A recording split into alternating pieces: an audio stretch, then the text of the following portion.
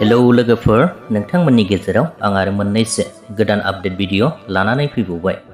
बैफोर आपडेट भिडिअनि गेजेरजों बेखौनो मोनथिनानै लागोन गुवाहाटी नोगोरमायाव आरोबाव बर' लाइमोन बुथारनानै दोनजानाय, लोगोसेनो फैनो गोनां आबुं बर' सावथुन आरो जोंनि बर' लाइमोनफोरनि ड्राग्स जानानै गोबांथार गुबुंले खालामनाय, बेनि सायावबो नैबे भिडिअनि गेजेरजोंनो फंनैसो सावरायगोन। बेनिखायनो आसा खालामबाय नोंथांमोना भिडिअखौ जोबजासिम नायलांगोन होननानै।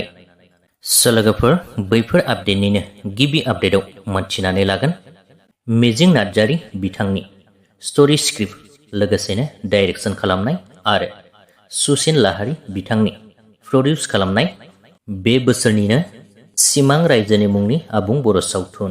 बे सावथुननिफ्रायनो मोनसे गोजोनथाव खौरां। बिथांमोना फोरमायनाय बायदिब्ला जायफोर नोंथांमोना बे सिमां रायजोनि मुंनि आबुं बर' सावथुनखौ दिन्थिनो एबा नायनो थाखाय नेनानै दंमोन, नोंथांमोना नैबे होखानाय कन्टेक्ट नाम्बाराव कल खालामनानै बुकिं खालामहरदो आरो दिन्थिनो थाखाय कन्टेक्ट खालामहरबानो जाबाय। नेक्स्ट आपडेटआव सावरायगोन लोगोफोर। नोंथांमोन खायसेयाबो खोनाखाबाय जानांगौ खौरां बिजोंनि गेजेरजों गुवाहाटी नोगोरमायाव खामानि मावनो थाहैनाय राजा नार्जारीखौ सोरबा बुथारनानै गावनि थाग्रा भारा न'नि खिखरसालियाव दोनखोमानानै दोननाय, खास्रि बिस्रि थैनाय थासारियाव मोननो हादों होननानै खौरांनिफ्राय मोनथिनो मोननाय जादों। आरोबाव मोनथिबावनाय बादिब्ला राजा नार्जारीया थांनाय 23 सेप्तेम्बरावनो गोमानानै दंमोन होननानै मोनथिनो मोननाय जादों। नाथाय बिथांनि गोथै सह'खौ थांनाय मैयासो खास्रि बिस्रि थासारियाव मोनसे खिखरसालियाव मोननो हादों।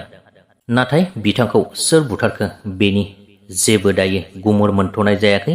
बेखौ सं दाननो थाखाय नुनमाटि पुलिसआ जागायजेनबाय होननानैबो खौरांनिफ्राय मोनथिनो मोननाय जादों।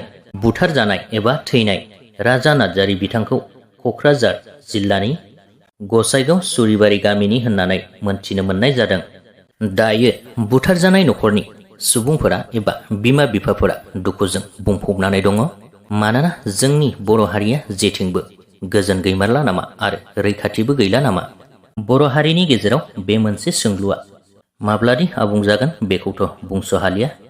नाथाय जाथायखौ खोनानानै जोबोद दुखु मोनदों आरोना। लोगोफोर, दायो नेक्स्ट आपडेटआव सावरायगोन ससियेल मिडियायाव मोनसे भिडिअ भाइरेल जागासिनो दङ।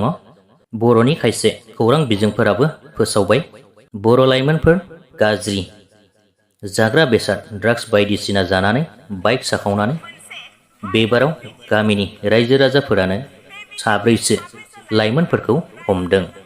आरोबाव मोनथिबावनाय बायदिब्ला बे लाइमोनफोरा सिगांनिफ्रायनो बिदि फेग्रा मुवा जाखांनायनि उनाव गोबांथार खोनासंनो हायै आरो थानो हायै बिदिनो लामा लामा बाइक साखावथिङोमोन होननानै मोनथिनो मोननाय जादों।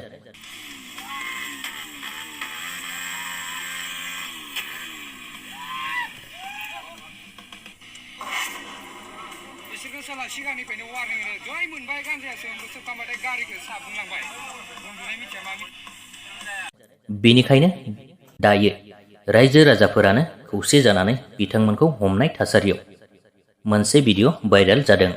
नाथाय बे जाथाया बबे जायगायाव जादों बेखौ खौरां बिजोंफोराबो जायगानि मुंखौ खिन्थानानै होनाय जायाखै आरोना।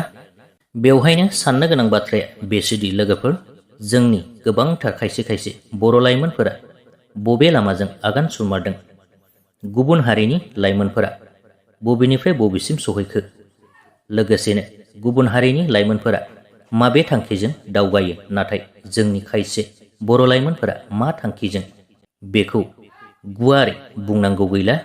जोंनि बर' लाइमोनफोरनि गेजेराव बे मोनसे हुदाया मोनसेल' जायगायाव नङा दे लोगोफोर, गोबां जायगायावनो दङ। दायो आरो नुलायसिगोन दुर्गा फुजा सफैलायबाय, बे फुजा मारायफोरावबो बिदिनो बाइक साखावथिंनाय नुलायसिगोन। बेनि सायाव नोंथांमोना मा बुङो कमेन्टआव खिन्थाहरबानो जाबाय। लोगोफोर, बेजों लोगोसे दिनैनि बे सुंद' आपडेटनि भिडिअआबो बेखिनियानोमोन। भिडिअखौ नायनानै मोजां मोनदोंब्ला लाइक खालामदो, लोगोसेनो चेनेलखौबो साबस्क्राइब खालामनानै लाब्लानो जाबाय। गोजोन्थों।